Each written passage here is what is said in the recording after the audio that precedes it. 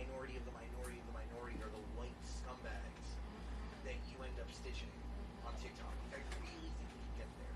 Yeah, I think so too, and you're right. It isn't a lack of education; it's an ignorance, whether it's intentional or not. It's really not my fucking problem. Is what They're not I'm exposed to it, right? No, and what truly. they're exposed to in their bubble is so fucking backwards and generationally distorted and fucked up. Yeah. And they're not getting it where they should be getting it, which is at school and in culture and in what they're being fed in their algorithm. Yeah, it's just the most narrow scope that they have, and they are void of intersectionality, like, at all. And so, I think that's the key, I think, where there's this misconception that they're like, well, why haven't you tried, like, talking to them on the bubble? First of all, it doesn't fucking work.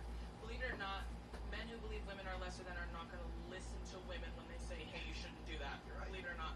But also, like, when speaking to your oppressor, you have to speak in a language they understand. A lot of times it's violence, whether that's verbally, physically, whatever it may be. And there's thousands, hundreds of examples to prove that it only works when you use force by whatever nature that means. It's really specific to the person. So mine is force, like, it's like almost public humiliation and shame is the only thing that will make them stop. And it's not to say that it's going to change them, because a lot of times it doesn't. Believe it or not.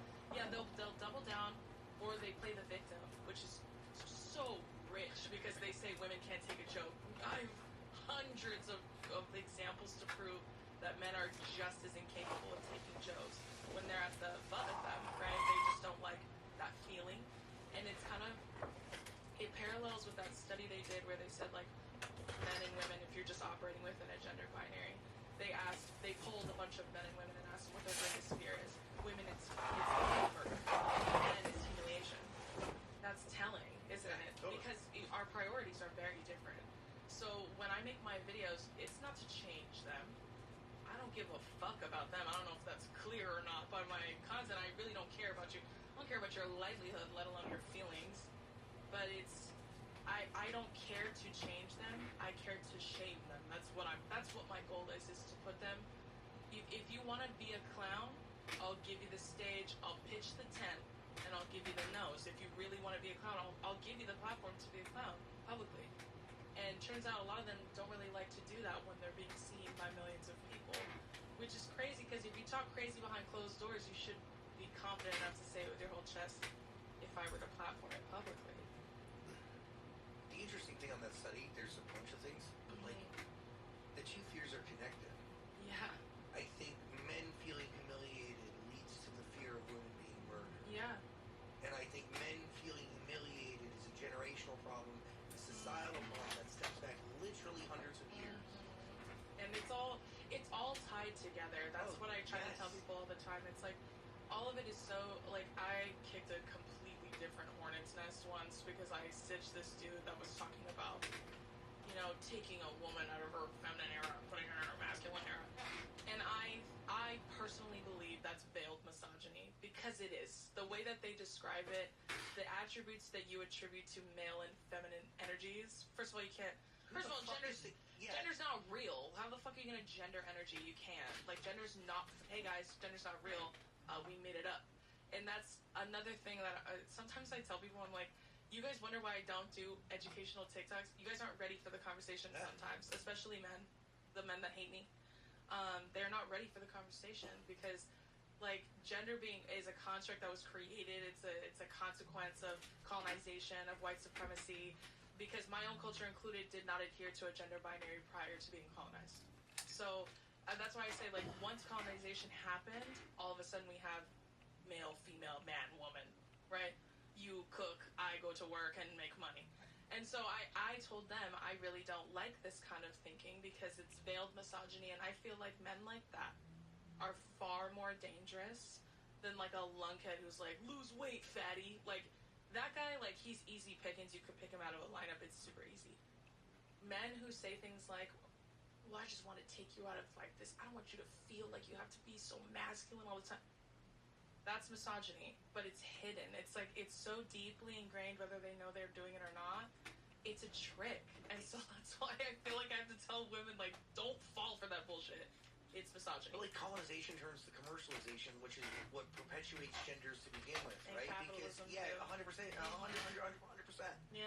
And like when you go back to like why that guy was even saying that to begin with, Yeah. it's a society, it's a capitalistic, it's a commercialization Truly. problem that's been implemented since the second.